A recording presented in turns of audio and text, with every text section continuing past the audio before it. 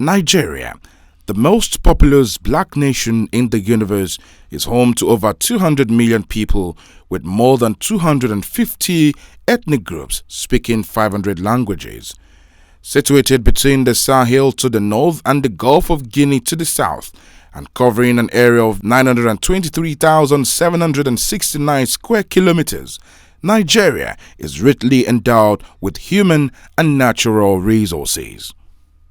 With an estimated nominal GDP of $504.203 billion, Nigeria is Africa's biggest economy, ahead of Egypt $469.94 billion and South Africa $411.48 billion.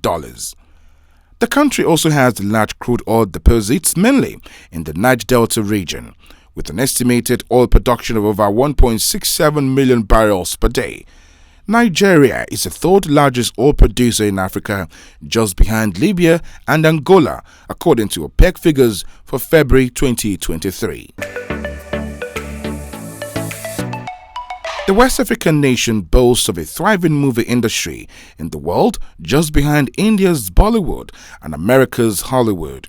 Worth an estimated $6.4 billion, the Nigerian Nollywood industry, as it is professionally called, comfortably sits in the third position, producing over 2,500 movies in 2022. In fact, as we talk about Hollywood or Bollywood, we could also talk about Nollywood. You might probably be thinking that Nigeria's cinemas didn't even know that they exist, and to be honest, it is not surprising we are talking about very low budget films which are only consumed in Africa, but this is a good example of all the potential this country has and little we know about it. Just like Hollywood, Nigeria is home to some of the best musical artists on the planet. These artists have succeeded in exporting their craft across the globe, raking in awards, collaborations, and millions of dollars through endorsements, live shows, and online streams. The likes of Fela Anikulapo Ransom Kuti, Chief Osita Osadebe, Burna Boy, Wizkid, and Tems have won several awards, including the Grammys, for their contributions to the music industry. As stated earlier, Nigeria is a major crude oil producer in the world.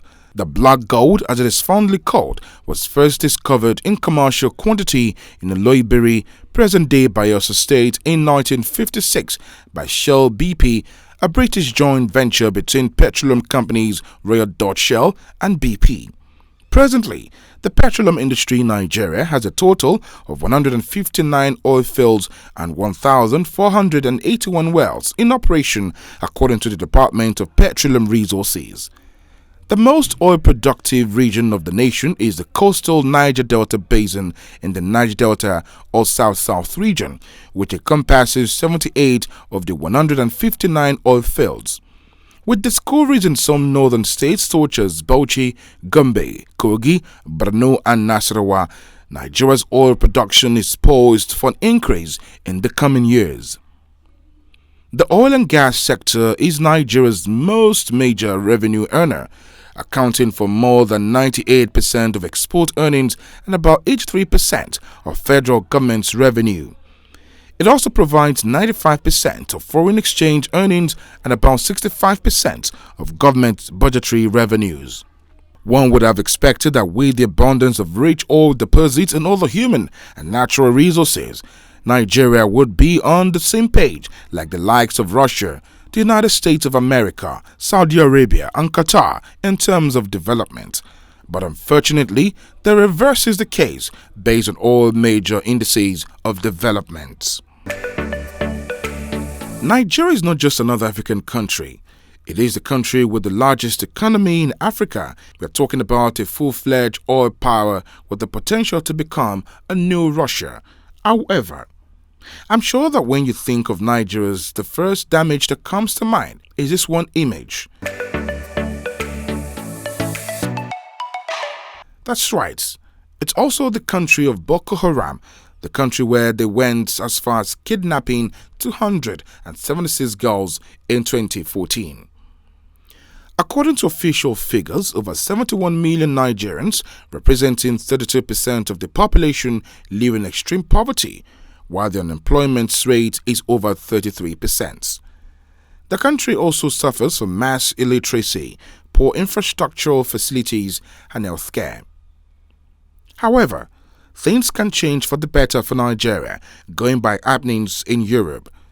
The ongoing war in Ukraine has provided a window of opportunity for this country to make more money from oil. This is because Russia, the aggressor and a global oil producer, says it will reduce oil supply to the European Union to reduce output and compensate for lost exports, according to Deputy Prime Minister Alexander Novak.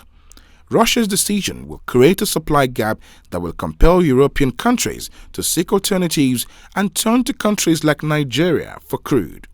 This is the best quality, easy to refine and relatively cheap to extract. Nigeria could start making its wells work relentlessly. However, several problems could threaten this dream. Since 2009, Nigeria has battled with the Boko Haram insurgents, a radical Islamic terror group headquartered in Maiduguri, the capital of Borno State, with a strong presence in Yobe and other states in the northeast. According to official figures, over 35,000 have been killed, with millions displaced since Boko Haram launched its insurgency aimed at overthrowing Nigeria's secular government and establishing an Islamic state. Their tactics include killings, suicide bombings, abductions, torture, rape, forced marriages, and the recruitment of child soldiers, as well as attacks that are directed against government's infrastructure, traditional and religious leaders, places of worship, and the civilian population. The insurgents captured swathes of terrorists for years before being dislodged from most of these areas by the Nigerian armed forces. First, let's look back at a bit of history. One country, 250 ethnic groups. Nigeria is a country you've probably heard of before. After all, it is the 7th most populous country in the world and one of the most oil-rich countries. In fact, the British divided the colony into 3 regions: the north of the Hausa and the Muslim Fulani, the Igbo Eastland, and the Yoruba West, who were mainly Christians. And do you think they treated all 3 equally? Well, not at all. The golden child of the empire and the colony was the Muslim North, where the emirs helped the British forces in exchange for luxuries. Anyway, it was the usual colonial story. Basically, in the end, the British opted to grant independence to Nigeria in 1960, but not because they were tired of them, but because they were already activist groups pushing too hard. For example, the Action Group and the National Council of Nigeria and the Cameroonians. However, you can imagine a country composed of 250 ethnic groups is going to have problems.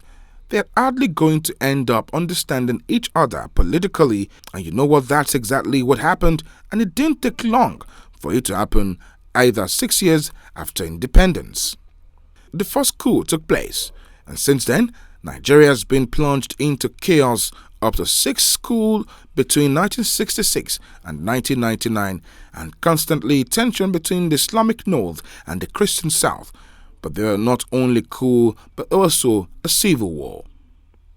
In 1967, in present-day Togo, they reported the killings of citizens from the northern region of Nigeria, and the eastern region. The citizens of the north became so furious that they started attacking and masking the Igbos in the north. Not surprisingly, many of these Igbos returned to their region of origin. In the end, Biafra suffered and became part of Nigeria again. But as you can imagine, the Igbos were never going to forget these conflicts. However, despite all this, in 1999, the situation slowly began to change after the death of the dictator Abacha. The so-called Fourth Republic began in Nigeria.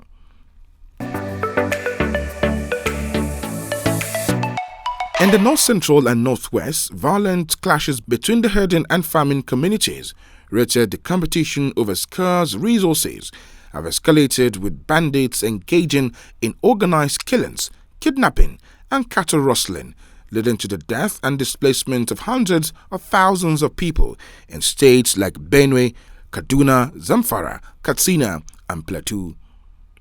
In the eastern region, the indigenous people of Biafra IPOB a secessionist movement seeking a separate republic for the predominantly Igbo-speaking people of the southeast, have continued to launch pockets of attacks on government institutions in the region. The history of Biafra can be traced back to 30th of May 1967, when the then Eastern Governor Odumegwu Ojukwu declared independence from Nigeria following a series of ethnic tensions and military coups after Nigeria's independence in 1960. Oil theft in the South-South region and other oil-producing states has resulted in massive oil spillage, environmental pollution, and loss of revenue accruable to the governments. Between January to August 2022 alone, Nigeria lost over $2 billion to oil theft, according to official figures. It is also ironic that despite its large oil deposits, Nigeria still queue up for hours to buy fuel at very exorbitant rates while the country's refineries are comatose, producing below capacity. It is also important to state that since the attainment of independence from Britain in 1960, Nigeria has battled with monumental corruption, not just any corruption, but corruption specifically in the oil sector. And if the impact of corruption in Nigeria were not so great, we wouldn't be telling you about it. But the fact is, more than 20% of the country's GDP goes down the drain precisely for this reason. Just to give you an idea, the country's entire public debt could be paid off with what it loses due to corruption.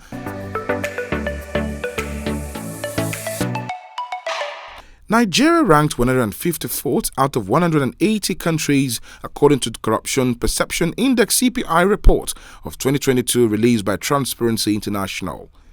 The loot stolen by former military dictator Sani Abacha is still being repatriated back to Nigeria, while several government officials have been indicted of one corrupt practice or the other. All these challenges listed above, in addition to bad leadership, account for why Nigeria has been a shadow of itself for decades. With the huge potential available at its disposal, Nigeria should be the Russia of Africa, a reference point for the continent and the black race. For Nigeria to assume its rightful place as a giant of Africa, where its human and natural resources will translate to infrastructural development, rapid industrialization, and provision of social goods, there must be a deliberate attempt to get the right set of leadership and structures that will propel it to become the Russia of Africa, a global superpower. Do you think Nigeria can surmount all its challenges and become the Russia of Africa? Please let us know through the comment section below. Don't also forget to like, share, subscribe, and turn on the notification icon to get new video updates. Until next time,